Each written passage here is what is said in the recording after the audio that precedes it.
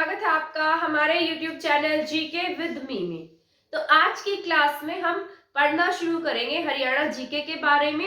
जैसा कि आपको पता है हमने हरियाणा जीके की बहुत सारी क्लासेस पहले कर ली है। उसमें हमने हरियाणा की हिस्ट्री की जो क्लासेस है वो स्टार्ट की हुई है।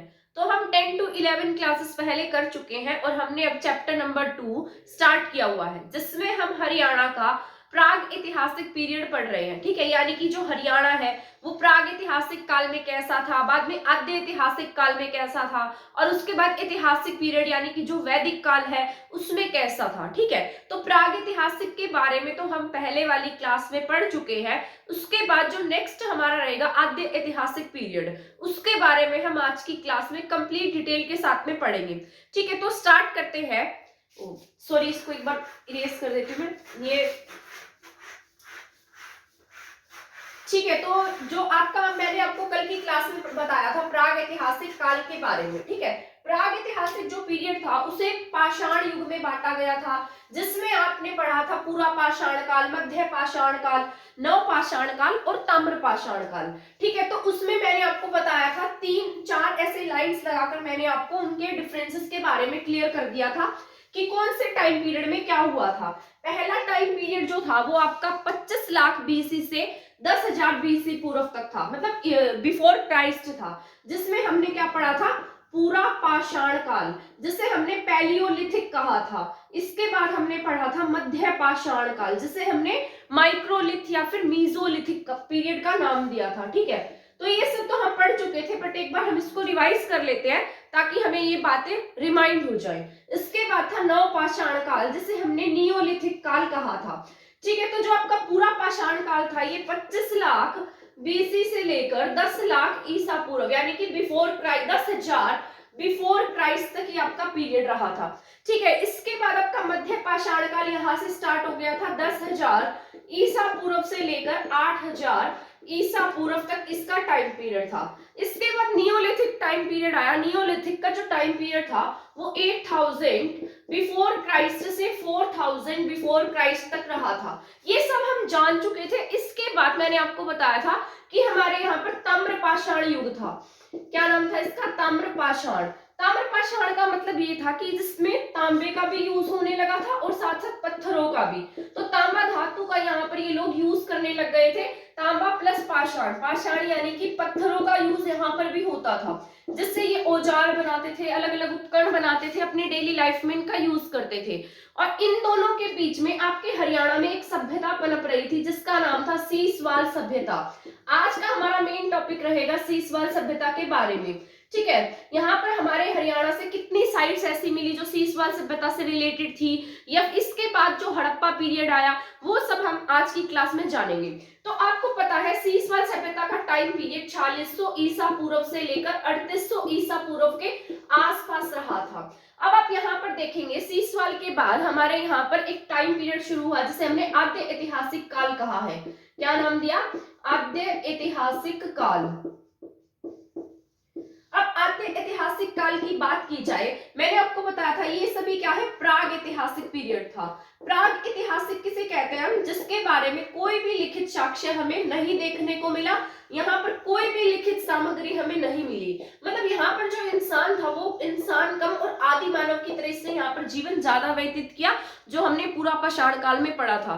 इसके बाद यहाँ पर ये थोड़ा बहुत कृषि करने लगा और इसने कुत्ते को पालतू बना लिया था। नव पाषाण में इसकी लाइफ पूरी चेंज हो गई थी। यहाँ पर ये मतलब जो इंसान है उसकी तरह जीवन व्यतीत करने लगा, भोजन का संग्रह करने लगा, कृषि करने लगा, पशुपालन करने लगा, समाज बनाने लगा। तो यहाँ पर इसकी लाइफ में कुछ चेंजेस हमें देखने को मिले थे।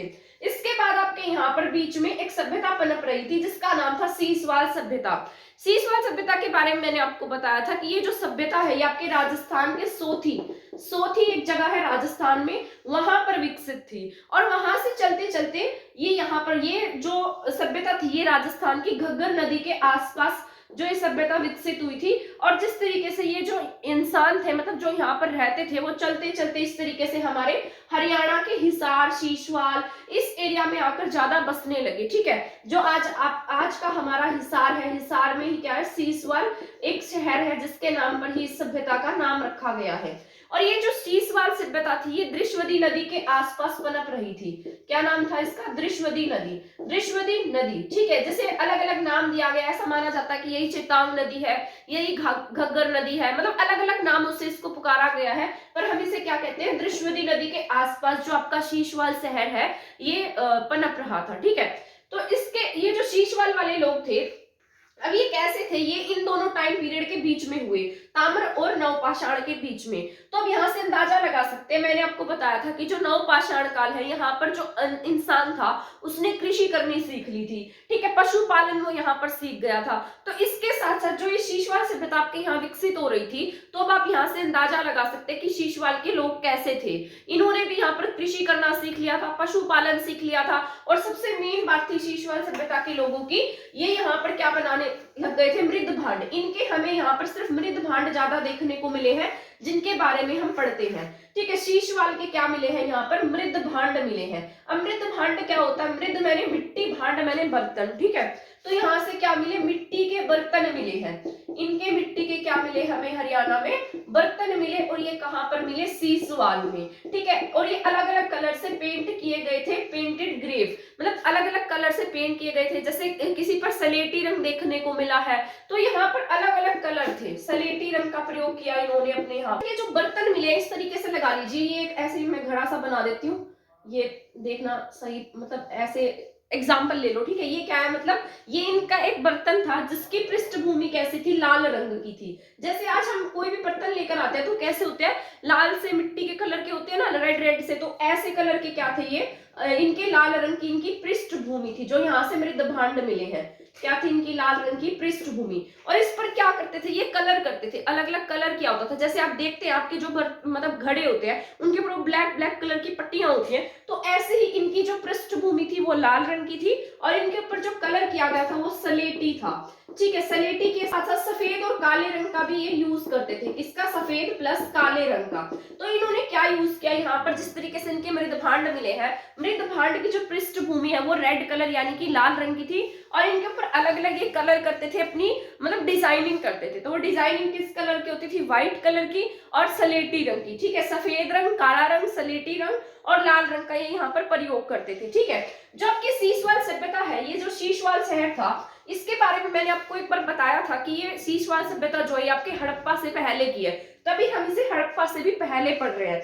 इसके बाद आपके इंडिया में हड़प्पा सभ्यता आई जो 2350 से 1750 के आसपास थी, ठीक है। तो जो शीशवाल शहर है ये सबसे पुराना शहर है, जो सबसे पहले खोजा गया हरियाणा में, ठीक है। इस पर इसकी खुदाई के जो काम हुए वो 1970 में हुए। 1970 के आसपास शीशवाल जो शहर है इसकी खुदाई का काम डॉक्टर सूरज भान के नेतृत्व में किया गया। डॉक्टर सूरज भान, आपके जो डॉक्टर सूरज भान है ये बहुत इंपॉर्टेंट है, इन्होंने यहाँ पर बहुत सारी साइट्स की खुदाई के काम कराए हैं।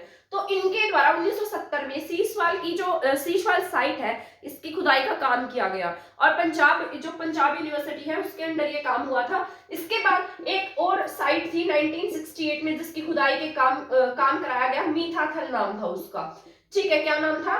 मीठाथल। मीठाथल वैसे पुरानी, मतलब इससे पुरानी साइट है, शीशवाल से पुरानी है, मतलब शीशवाल के बाद में आती है ये जो मीठाथल है, और ये पहले खोज ली गई थी शीशवाल, लेकिन उनकी खुदाई के काम अपोजिट है। 1970 में शीशवाल की खुदाई हुई है और 1968 में मीठाथल की खुदाई हुई है, यानी कि मीठाथल की खुदाई का जो काम है वो पहले कर लिया गया, परंतु यहाँ से जो बर्तन मिले, जो भी सामान मिला वो बहुत पुराना है, शीशवाल वाला है।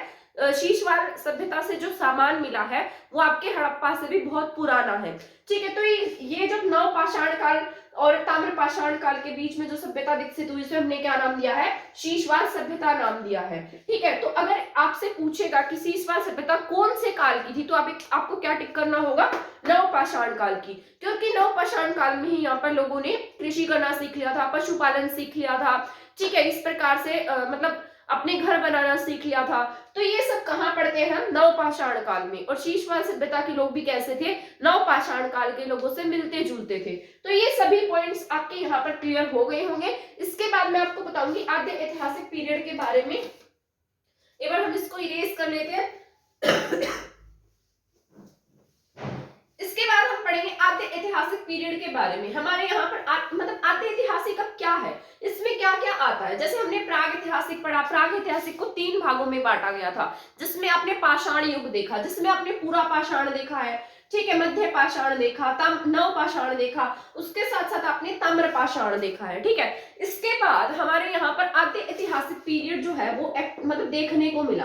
अब आद्य ऐतिहासिक क्या होता है, आप मुझसे पूछेंगे आद्य ऐतिहासिक क्या होता है। मैंने आपको जब स्टार्टिंग की पहली क्लास इसके बारे में पढ़ाई थी तो मैंने आपको बताया था आद्य ऐतिहासिक ऐसा काल है जिसके बारे में मतलब लिखित सामग्री तो मिली है, इनकी जो लिपि है ना वो लिखी गई है, और जो इससे पहले वाले थे जो प्राग ऐतिहासिक पीरियड के थे उनके बारे में कोई भी लिखित सामग्री हमें देखने को नहीं मिली, ठीक है। तो उनके बारे में तो हमें कोई भी लिखित साक्ष्य हमें देखने को नहीं मिला, परंतु इन्होंने क्या किया, इनकी कुछ लिपि थी ऐसे मछली के आकार की, मतलब कुछ कुछ बना रखा है इन्होंने उल्टा सीधा, ऐसे अजीब से ही वर्ड्स हैं, कुछ समझ में नहीं आते बिल्कुल भी। मुझे तो क्या ही समझ में आएंगे, जो हिस्टोरिकल है उन्हें ही इनके बारे में मतलब इनके द्वारा पढ़ी नहीं गई वो लिपि, ठीक है। तो इनके द्वारा मतलब इनके टाइम पीरियड की जो लिपि थी यानी कि जो लिखावट थी वो लिखी गई है, ऐसे इनके दरवाजे होते थे और उनके ऊपर भी ऐसे कुछ डिजाइनिंग सी देखने को मिली है, कुछ उल्टा सीधा बना रखा है, कहीं बैल है, कहीं मछली है, कहीं कुछ बना रखा है इन्होंने, ठीक है, अपनी ही भाषा में बनाया था। परंतु इनकी जो मतलब लिखी गई भाषा है उसे आज तक किसी के द्वारा नहीं पढ़ा गया। भाषा क्या नहीं की गई, पढ़ी नहीं गई है, ठीक है। तो इनकी जो भाषा है वो क्या नहीं की गई, पढ़ी नहीं गई, पर लिखी जरूर गई है, ठीक है। इसीलिए इसे क्या नाम दिया गया, आद्य ऐतिहासिक पीरियड नाम दिया गया है। इसी में सबसे मेन है आपका हड़प्पा सभ्यता, जिसे आज हम हड़प्पा सभ्यता के नाम से जानते हैं, क्योंकि हड़प्पा सभ्यता आपकी आद्य ऐतिहासिक पीरियड में ही आती है, क्योंकि हड़प्पा सभ्यता के लोगों ने क्या किया था, मतलब इन्होंने अपनी अलग अलग अपनी लैंग्वेज में कुछ डिकोड करके लिखा था जिसे हमने आज तक नहीं पढ़ा है। लेकिन इसके बाद एक और टाइम पीरियड आएगा जिसे हम ऐतिहासिक पीरियड कहेंगे, और ऐतिहासिक पीरियड में आपको बहुत कुछ ऐसा देखने को मिलेगा जिस तरीके से आपके वेदों से शुरुआत हुई है इनकी, जैसे आपके ऋग्वेद है, सामवेद है, अथर्ववेद है, उन्हें तो पढ़ा गया है, लिखा गया है, उनको ट्रांसलेट किया गया है, तो वो सब ऐतिहासिक पीरियड में आएगा। अभी जो पीछे हमारे छूटता जा रहा है, इतिहास बनता जा रहा है, वो सब हम किस में काउंट करेंगे आगे आने वाले समय में, ऐतिहासिक पीरियड में उसे रखेंगे, जिसे हमने पढ़ा है, जिसके बारे में विशेषज्ञ जानते हैं, तो वो सब क्या है आपका ऐतिहासिक पीरियड है, और ये क्या है, आद्य ऐतिहासिक पीरियड है। अब बात करते हैं हड़प्पा सभ्यता की। हमारे यहाँ पर जो हड़प्पा सभ्यता है ये एक ऐसी सभ्यता थी जिसे मतलब पढ़ा नहीं गया या फिर इसके बारे में लिखा गया। ये सबसे पुरानी, सीसवाल के बाद जो पुरानी सभ्यता का नाम आता है वो हड़प्पा का ही आता है। आपके हरियाणा से बहुत सारी साइट्स जो है वो हड़प्पा सभ्यता की आपको देखने को मिली है, जैसे राखीगढ़ी है, मीठातल है, बनावली है, कुणाल है, तो ये बहुत सारी साइट्स हैं जो हड़प्पा की हैं, पर उसे हम सीसवाल में भी पढ़ते हैं, क्योंकि ऐसा माना जाता है कि जो आपके यहाँ पर हड़प्पा पीरियड था, हड़प्पा पीरियड और इससे पहले क्या था आपके सीसवाल पीरियड था, तो बीच में क्या हो रहा था, ट्रांजिशन हो रहा था, यानी कि चेंजेस आ रहे थे, ठीक है। तो उन चेंजेस के बीच में कुछ कुछ लोग जो थे वो सीसवाल जैसे ही हड़प्पा सभ्यता में हमें देखने को मिले। तो एक स्थान है आपके हरियाणा में जिसका नाम है भगवानपुर, ठीक है, हरियाणा में क्या है, भगवानपुर नाम का एक स्थान है। भगवानपुर कहाँ है आपके, कुरुक्षेत्र में है। तो ये पॉइंट्स आपको याद रखने हैं, ये बहुत इंपॉर्टेंट पॉइंट है जो मैं आपको बता रही हूँ। तो हरियाणा के भगवानपुर कुरुक्षेत्र में एक स्थान है जो हड़प्पा सभ्यता का है, और यहाँ पर क्या देखने को मिला कि जो सीसवाल सभ्यता थी और जो हड़प्पा सभ्यता थी वो दोनों यहाँ पर क्या थी, पैरेलल थी, आपस में मिली, मतलब यहाँ पर दोनों के साक्ष्य देखने को मिले एक ही टाइम पीरियड में। तो यहाँ पर जैसे आपके सीसवाल है, मान लो सीसवाल के कोई मृद भांड है, और आपके यहाँ पर जैसे हड़प्पा है, हड़प्पा के भी मृद भांड है, तो ये सभी कहाँ पर देखने को मिले, भगवानपुर के पास में। भगवानपुर एक हड़प्पन साइट थी और यहाँ पर सीसवाल के अवशेष भी मिले। शीशवाल और हड़प्पा दोनों सभ्यताएं यहाँ पर पैरेलल विकसित हुई है, मतलब एक ही टाइम पीरियड रहा है इनका। तो अगर आपसे पूछे कि बताइए हरियाणा की ऐसी कौन सी साइट है जहां पर सीसवाल सभ्यता और हड़प्पा सभ्यता दोनों पैरेलल थी, यानी कि दोनों का टाइम पीरियड सेम था, तो आप क्या टिक करेंगे, भगवानपुर को टिक करेंगे। ठीक है, इसके साथ साथ अब हम बात करते हैं हड़प्पा की। हड़प्पा आपको पता है सबसे पहले हमने पाषाण युग पढ़ा। पाषाण युग में मानव कैसा था, एकदम उसको कोई अक्ल नहीं थी। जब सबसे पहले पूरा पाषाण काल आया था उसमें वो बिल्कुल बुद्धिहीन था। पूरा पाषाण काल में जब वो एकदम जानवरों की तरह जीवन व्यतीत करता था, जो भी मिलता उसको खा लेता था। ठीक है, इसके बाद पूरा पाषाण काल के बाद में वो किसमें कौन से टाइम पीरियड में आया, मध्य पाषाण में। उसने वहां क्या किया, पत्थरों से छोटे छोटे औजार बनाना सीखा और वहां पर उसको थोड़ी अकल आ गई थी। भोजन इकट्ठा करने लगा, अपने साथ साथ कुत्ते को भी रखने लगा। कुत्ते को उसने इसलिए पालतू बनाया था, मैंने आपसे पूछा था पिछली क्लास में, उसने कुत्ते को इसलिए पालतू बनाया था क्योंकि कुत्ता क्या था, बहुत वफादार होता था और वो हिंसक भी नहीं था। मतलब उसको उससे कोई हानि भी नहीं पहुंच सकती थी, और अगर कोई दूसरा जानवर आता तो भौंककर क्या करता, उसको दूर भगा देता था। इसलिए उसने कुत्ते को सबसे पहले पालतू बनाया था। ठीक है, इसके बाद मध्य पाषाण काल के बाद हमने पढ़ा नव पाषाण काल के बारे में। नव पाषाण में उसमें कुछ और चेंजेस आए। अब वो समाज बनाने लगा, एक ग्रुप में रहने लगा और खेती करने लगा। अब वो पशुपालन करने लगा, तो यहाँ पर उसकी थोड़ी और समझ विकसित हो गई, यानी कि वो क्या हो गया, कृषि की तरफ आगे बढ़ने लगा था। तो इसके बाद हमारे यहाँ शीशवाल सभ्यता आई। शीशवाल सभ्यता में बिल्कुल ही वो कृषि की तरफ एडवांस हो गया था। कृषि के साथ साथ वहां पर मृद भांड मिले, बर्तन बनाने लगा। ठीक है, कहीं कहीं पर कच्ची, मतलब ऐसे तो ज्यादातर शीशवाल सभ्यता में कच्ची ईंटों का प्रयोग देखने को मिला है, परंतु इसके साथ साथ अगर हम बात करें तो कहीं कहीं पर पक्की ईंटों का भी शीशवाल सभ्यता में प्रयोग किया गया है। ठीक है, यहाँ से तभी कहीं कहीं पर मृद भांड मिले हैं जो पक्की, मतलब आग से बनाए गए हैं, क्योंकि आपको पता है इसने पहले ही आग का आविष्कार कर लिया था। तो अगर इसने पहले वाले टाइम पीरियड में आग खोज ली थी तो यहाँ पर तो आग का आविष्कार, मतलब आग का यूज यहाँ पर करेगा ही। ठीक है, तो यहाँ पर भी आग का प्रयोग ये करता था शीशवाल सभ्यता में। शीशवाल सभ्यता के बाद आपको पता है आपके यहाँ पर ये शीशवाल सभ्यता आपके यहाँ 4600 से 3800 बीसी के आसपास रही। ठीक है, इसके बाद में कुछ टाइम पीरियड ऐसा रहा जो गायब रहा, क्योंकि कुछ चेंजेस आने में कुछ टाइम लगता है। ठीक है, और हमने उनके बारे में जो बाकी के ईयर्स है, अब आपको पता होगा जो हड़प्पा सभ्यता है, जिसने भी हिस्ट्री पढ़ी होगी उससे तो पता होगा। हड़प्पा सभ्यता आपके यहाँ पर 2350 से 1750 ईसा पूर्व तक थी। ठीक है, कब से कब तक थी, 2350 से 1750 के टाइम पीरियड में आपके हड़प्पा सभ्यता देखने को मिली। अब आप पूछेंगे कि इतना टाइम कहाँ गया, देखो ये 3800 के बाद यहाँ शीशवाल खत्म हुई थी, और ये 3800 के बाद यहाँ पे कब शुरू हुई है, ये 2350 में शुरू हुई है। तो आप पूछेंगे बीच का जो टाइम पीरियड है वो इतना सारा टाइम पीरियड कहाँ गया, उसके बारे में हमें कुछ नहीं पता, क्योंकि उस टाइम के साक्ष्य जो है वो आपके हरियाणा में या इंडिया में मतलब हमें देखने को नहीं मिले।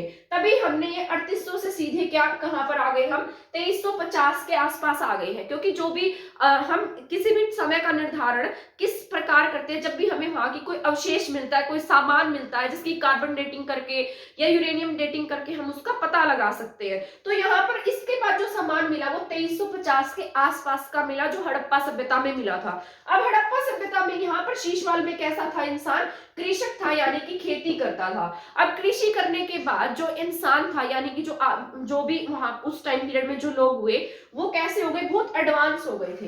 हड़प्पा के बारे में आपने पढ़ा होगा कि जो हड़प्पा सभ्यता है वो आज की सभ्यता से भी विकसित सभ्यता, यानी कि आज जो हम एडवांसमेंट में जी रहे हैं ना, इससे पहले भी मतलब जो हड़प्पा के लोग थे वो हमसे भी ज्यादा एडवांस थे, उन्हें बहुत अक्कल थी। ठीक है, आज बारिश आ जाती है तो हमारे देखो यहाँ पर बिल्कुल ऐसे मतलब सड़कें भर जाती है। ठीक है, उस टाइम में ये लोग अपने नगर नियोजन के लिए और अपनी ड्रेनेज सिस्टम के लिए बहुत अधिक प्रसिद्ध थे, उन्हें बहुत ज्यादा मतलब उस चीज की समझ थी। तो हड़प्पा सभ्यता का जो टाइम पीरियड है हमारे यहाँ पर 2350 से 1750 ईसा पूर्व तक रहा। हड़प्पा एक स्थान का नाम है, कभी सोचो कि पता नहीं हड़प्पा क्या है, ये पाकिस्तान में है आज, एक जगह का नाम है जहां पर खुदाई हुई थी। जब हमारे यहाँ पर जो रेलवे के लिए जो ट्रैक लाइन बिछाई जा रही थी उस समय में इसके बारे में मतलब पूरा का पूरा जो भी खोज है वो चल रही थी। ठीक है, यानी कि जब नीचे खुदाई की गई तो यहाँ पर पूरा का पूरा नगर विकसित नगर मिला इन्हें। तो बिल्कुल ऐसे बहुत सारे लोग तो क्या किए, वहां से उठाकर ईंटें उठाकर इन्होंने कुछ स्थानों को तो बिल्कुल खत्म ही कर दिया था। फिर बाद में बिल्कुल ऐसे सुई की नोक, जैसे बिल्कुल सुई होती है ना उतनी पतली नोक से उनकी परतें हटाकर पूरे नगर निकाले गए थे। ठीक है, तो ये हड़प्पा जो थी वो 2350 से 1750 ईसा पूर्व के आसपास में आपको देखने को मिलता है इसका टाइम पीरियड। ये ऐसी सभ्यता थी जिसके बारे में कोई भी लिखित सामग्री हमें, मतलब लिखित सामग्री तो हमें मिली है लेकिन उसको आज तक किसी भी इंसान ने नहीं पढ़ा है। तो आप यहाँ से अंदाजा लगा सकते हैं कितने एडवांस थे ये। ठीक है, ये अपने के लिए बहुत अधिक फेमस थे, एक नगर नियोजन के लिए और एक ड्रेनेज सिस्टम के लिए। नगर नियोजन के लिए फेमस थे और अपने जो पानी की निकासी होती है उसके लिए फेमस थे। ठीक है, आज आप देखेंगे कि नगर नियोजन किस प्रकार हमारे यहाँ पर कोई भी कैसे भी मतलब घर बना लेता है, सामने जिसका मन करता है वही सीढ़ियां अपने पूरी सड़क तक निकाल के रख देता है ना, आपने देखा होगा, और हम कुछ कह भी नहीं सकते किसी को।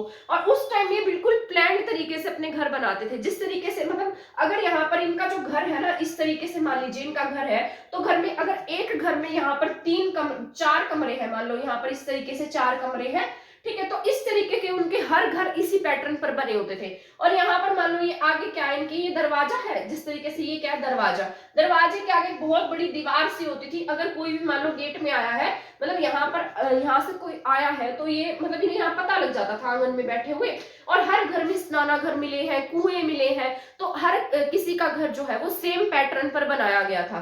ठीक है, इसके साथ साथ जो इनकी सड़कें थी वो भी बिल्कुल एक पैटर्न पर बनी हुई थी। घर जो थे सबके एक ही गली में खुलते थे। ठीक है, बंदरगाहें थी, तो इस तरीके से इनके घर बनाए गए थे। मान लो इस तरीके के घर थे। ठीक है, जो मतलब घर के दरवाजे थे वो भी सिर्फ एक ही तरफ, सबके घर के दरवाजे एक साइड में एक ही गली में खुलेंगे। तो इस तरीके के जो घर थे इनके वो बहुत एडवांस थे।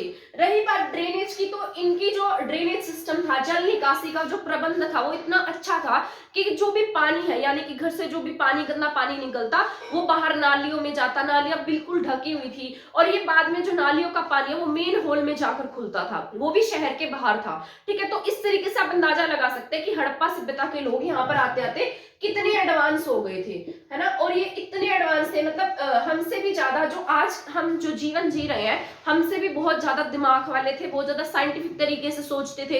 पूजा वगैरह के जो साक्ष्य मिले, कहीं कहीं मिले हैं, जैसे कहीं कहीं पर यक्षिणी की फोटो मिली है, यक्षिणी की पूजा करते थे, नदी के किनारे रहते थे। तो सिंधु, इसे क्या और एक नाम दिया गया, इसे सिंधु घाटी सभ्यता।